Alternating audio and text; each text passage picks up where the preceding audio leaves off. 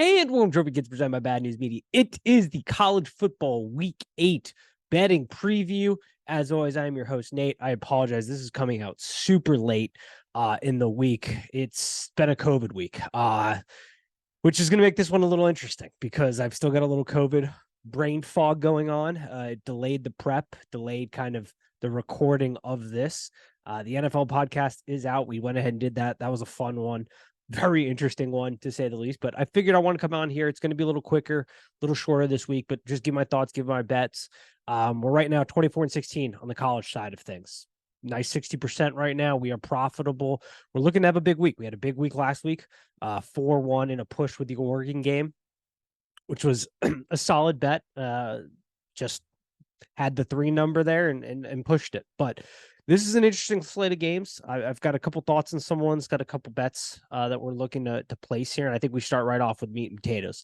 Little Penn State, Ohio State line is set at 5 right now, over under 45.5. This is a game that I've been excited for, folks. I think everybody's excited for this one. It's a big noon kickoff, which I hate. This should be an 8 o'clock game. This should be on prime time at night in one of the cathedrals of college football in the shoe in Columbus. I mean, this is a marquee matchup in a marquee stadium. Like this is prime time. This is built for prime time, but we have to do a big noon kickoff due to Fox's schedule. It's dumb. But nonetheless, it's being played at noon.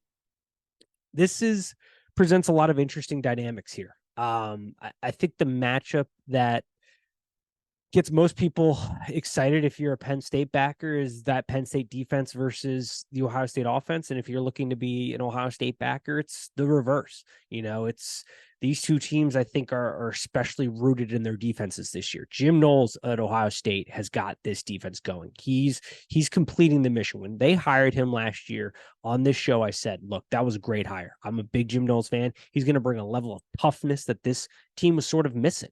And that's exactly what's happened. This team has gotten tougher. They're tough out, especially in the trenches. Now, they don't have the elite pass rushers that we've kind of grown accustomed to at Ohio State the last couple of years, but it's no joke up front. This is a really, really solid defense going against a Penn State offense that there were questions coming into the season. I questioned the wide receiver room and if they had a guy. We've gotten used to kind of the Dotsons of the world, somebody that can really make a big play and stretch the field. I don't know if we've seen that to date. The schedule has been pretty weak. Questions around the offensive line. Awesome left tackle. First rounder right there. But outside of that, I don't know if they haven't been particularly great in the tests they've seen. I don't think there hasn't been that pop in the running back room that you would hope for. And Drew Allard, I don't know if he's really been challenged. It seems to be a lot of dink and dunk passes, nothing really to try to push it down the field. And who knows, maybe that was an attempt to save something for this game. There's a real possibility because they really haven't played anybody. They've been blowing teams out. We're going to talk about on the defensive side because they've been rotating guys in and out. That defensive line is deep, which we talked about in the preseason and why we're hopeful for this Penn State team. But it's an interesting challenge here. I think that if this game is close, that plays right into the hands of Penn State's offense, because I think if you make them get out of the comfort zone, there's a lot of questions about whether or not they have the explosiveness. Now, this game is always kind of wonky. It can get kind of off the rails, sloppy real quick, but this is sort of feeling like a fight in a phone booth game. There's the COVID brain fog, making no sense here. Because when you flip the side, awesome Penn State defense. And people are going to say, I don't think you can take a ton into the accounting stats. Like if you go and look at the stats, this is the best defense in college football. But they played nobody. You got to use the eyeball test a little bit here too. You got to understand the philosophies of Diaz, the defensive coordinator. Fantastic defensive coordinator. Not the best head coach, fantastic defensive coordinator. The philosophy there is simple. Let athletes be athletes. Play downhill, likes to blitz, likes to be aggressive. They had a tall task in replacing some key guys in the secondary there. But what was going to aid that, and we talked about in the preseason, the edge rushers for this Penn State team. absolutely fantastic. They get after it. The concern was the inside interior part of that defensive line. I don't know if that weak point gets tested here by Ohio State, though. I think a Michigan team, that's definitely more of a concern. But Ohio State, similar to Penn State's offense, I mean, the offensive philosophy seems pretty simple. It's like, screw it. Harrison Jr.'s down there somewhere. I think Kate Stover is going to have to be a big time player in this game for Ohio State, because I do think there's a pretty strong likely chance that coverage is going to be rolled out to whatever side Harrison Jr.'s on. And Kate Stover, the tight end, is going to have to work that intermediary stuff, because I don't know if they really have the guys in the wide receiver room this year to really test it outside of obviously Harrison Jr. So he's got to be good. I lean Penn State in this at 5. That's where I'm putting my wager on. These are close games. If James Franklin can't do it this year, when's he going to do it? Like, that's what it comes down to. This is a down team here this year. I do think that this Penn State defense is really improved. I really like their pass rushing ability. And I think that's going to be the game changer in this game. And so, yeah, I go Penn State in this game. I think Ohio State can still win this game.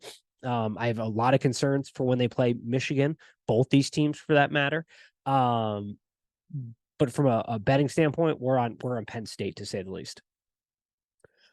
Another game that we are going to look at here, Tennessee, Alabama. I haven't put a play on this just yet, but this presents an interesting conversation standpoint, because the war in the trenches is sort of where this game is won and lost. And I don't know if everybody's quite aware, but Tennessee's got a mean defensive front. I mean, those guys, they get after your ass. And Alabama's offensive line, we've talked about it this year, it's a down year for them. And it's a little head scratching how far down it is, because there's still talent on that unit, but they have played well below expectation.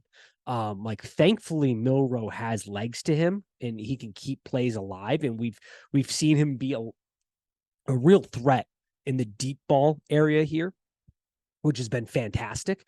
He's been a real bright spot is that deep ball accuracy and ability there. The problem here as to why I don't think Tennessee can win this game is simply Joe Milton has showed us who he is at this point. I don't think he has the ability to run this Tennessee offense the way it needs to be run to beat this Alabama team. This is a very traditional Alabama team. The only reason we aren't talking about them as a national championship winner is because they lack the dudes in the wide receiver room that we're accustomed to. And the offensive line is rough and the quarterback's rough. And you go, why, Nate, that's a ton of things right there. But the defense is really solid. This is a really solid unit. It's getting better. And so I don't think that Joe Milton has the ability to push this. So I think Alabama wins this. The 8's that's a tricky bet. I don't know if I love that bet. I haven't done anything, but it's something it might make the card day of. So make sure you're following @TrophyGetsPod on Twitter and Instagram for those picks. Talk Notre Dame, or not Notre Dame, USC, Utah. Line is set at 6.5, over under 52.5. Woo, Caleb Williams. I said it on this podcast last week, folks. That was not the game to mess around with. Unfortunately, it's not so much that he's messing around. His fundamentals have fallen off immensely. And we talked about it for a little while now, that the technique's gotten a little sloppy here. The quarterback play's gotten a little sloppy. And that's because, he's playing a bunch of nobodies. The team is exceptionally good. He's been able to get away with his exceptional talent. But when you face an elite defense, you got to button it up and you can't flip the switch. And that's what happened here. This USC offense has been sort of out of rhythm. It's a lot of kind of backyard football, a lot of throwing off the back foot, side slinging it out there. And that's what he's known for, obviously. But people love to compare him to Patrick Mahomes. And it's like, yeah, when you need to create a play, having that ability to do it is insanely worth it. But the fundamentals just weren't there. And that's what led to 3 picks and the offense being disjointed. And he's obviously a world-class talent. And, he's going to be a top-tier draft pick.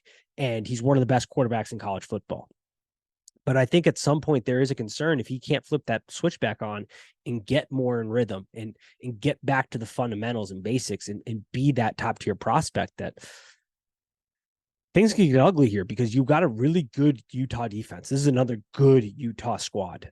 Unfortunately, the offense just isn't there. I mean, they don't have a pulse offensively, and they don't have a quarterback that can really push the ball here. So that's a tough route, but I'm staying away from this game. Just plain and simple. Clemson, Florida line is at 3. Clemson is the favorite, over under 48.5. All I've got to say is, man, I wish that I liked Clemson's offense better, because this would be a great spot to bet them. That offense, though, the drop off has been stark. I mean, when you think about the talent they used to bring in, and granted, they brought in generational talent at quarterback with Deshaun Watson and Trevor Lawrence back to back, like elite college football level talent there to get that back to back. Before that, you had Taj Boyd, but like the talent in the wide receiver room, the running back room, like Shipley's a nice piece, but it's not what it used to be there. And it's so disjointed and it's so painful to watch offensively. But the problem is they still have a really good defense. And this Miami offense, Van Dyke's been nice. He's getting back to his old roots here, but there's not a lot of pieces. And this is a really bad spot for Mario Cristobal. Like, this is sort of I'm not going to say it's a must-win game, because I don't necessarily know if the boosters, I don't think, have the appetite to ditch Cristobal, even if he lost this game, because, you brought Cristobal in for one reason, and that was to acquire talent. And he is doing that. He's acquiring talent, and he's kind of packing the cupboards full, per se. But this is arguably his most important game to prevent a 3-game losing streak here against a Clemson team that, man, if they just had a better offense, this would be an easy bet to make. But you know what? Screw it. We're going Clemson -3. We're laying it out there. Clemson -3. This isn't going to be pretty. This is a hold on to your butts bet. Hold on to your butts, folks. We're betting Clemson -3. That's what this play is. It's not going to be pretty. Hold the nose. Just teaspoon of sugar makes the medicine go down type of thing. I don't know. I just don't have a lot of faith that this Miami to really attack this Miami defense. You got to be able to do it on the perimeter. I don't know if they're going to be able to do it, but I don't see a great path forward for Miami's offense here. So yeah, let's go Clemson. Let's just fire it away. Clemson here. We're going Clemson. What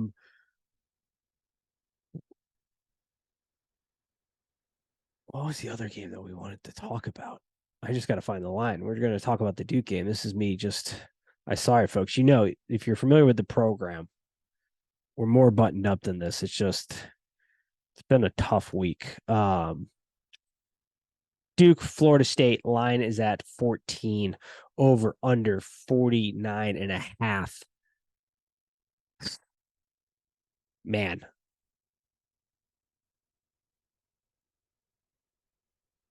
this is a game that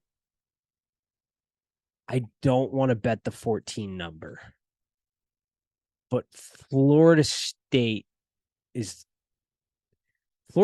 clearly in the mode of like, we got to be healthy and get to the finish line, because they are rotating out so many dudes on the defensive side of the football. This feels like a game, though, because we're getting later into the season. There are only so many games on the schedule here. There are other teams in the country that are playing, the Washington, Oregon type teams are playing each other and sharpening their knives, where we got to let some things loose. And I think this is a game where Florida State could really let it loose. And I don't know if there's a whole lot Duke can do in this spot. Mike Elko is a phenomenal coach. This team has done a really good job given the circumstances and injury at quarterback. But this feels like a spot where Florida State's about to let the horses loose and really put up a whooping on a top tier team. And I think this is going to be a big game to test Florida State's offense to really test its capabilities in the tight end room, its depth in the wide receiver room. I think it's going to let its defensive guys go and kind of cut down the heavy rotation and swapping guys in and out to keep them fresh and just kind of really get them reps here. And this game feels like a BCS era game where you really gotta, put a big whopping on there to get the computers to notice type of deal. That's what feels like it's going to happen here in this Florida State Duke game. Unfortunately, it feels, because even when you look at the Clemson Duke game, Clemson was able to move the ball. It's just turnovers in the red zone. I don't think Florida State's going to have that issue here, folks. So yeah, that's an opportunity right there. So those are a couple games we saw. Here's the top 10 real quick. I know I'm all scatterbrained. I apologize. The show will get back on track next week. But we got Georgia, Michigan, same as last week. You could flip the two of them. Brock Bowers' injury really hurts, but I think they're going to get through their stretch of games just fine and be fine there. But I have no problem if you wanted to put Michigan 1, Georgia 2. I don't care. I've got Georgia 1 right now. I do think they're the best team in the country. Excuse me. So I give them the slight edge. Oklahoma, we talked about it. Apologies, had to get my water there. Sorry, folks. Hey, we play sick. All right, this is my flu game. Oklahoma 3 beat Texas, primetime team, obviously. And I ranked them high for that reason. Washington gets the win against Oregon. They move up from the 6th spot last week to the 4th spot in what was a playoff. That felt like a playoff game. Like what we watched in Oregon, Washington felt like a playoff game. Felt like two playoff teams playing a playoff game. That was awesome. Like I hope we get to run that back in the Pac-12. The Pac-12 is so deep this year and so tough. I don't know if that's actually going to happen or not. But man, would that be great to get that as the Pac-12 championship game again, because those are two playoff contending teams. Like those are two legit bona fide playoffs. I cannot wait for the expanded playoffs type of deal. But Washington moves in the 4th spot. Florida State's still at the 5. It's just the schedule thing and not really having. Yeah, they beat LSU, but we know what LSU is at this point. Like, yeah, we know, folks. Okay, Penn State 6.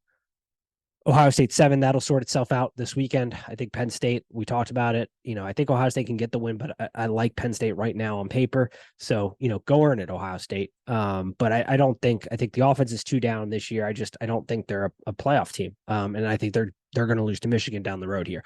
Oregon 9, they can play their way back into this. And then Alabama 10, thought about having UNC in there, but I think the edge just goes to Alabama right now because the defensive side of the ball.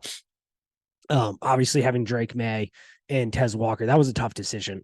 I may move them in next week, but I think when I do it, I kind of compare those two teams. Like if Alabama and UNC were to play today, I think Alabama probably gets the win, but it's really, really close. Especially now that Drake May has Tez Walker back, and there's a real conversation. Like I don't know if we're ready yet. I tweeted it out 2 weeks ago, Drake May over Caleb Williams, but I think we're going to start to see more conversations about how NFL teams may prefer Drake May over Caleb Williams here. He's a hell of a talent. Both of them are hell of a talent. So we'll get into that a little bit more down the road, but I have Alabama as 10.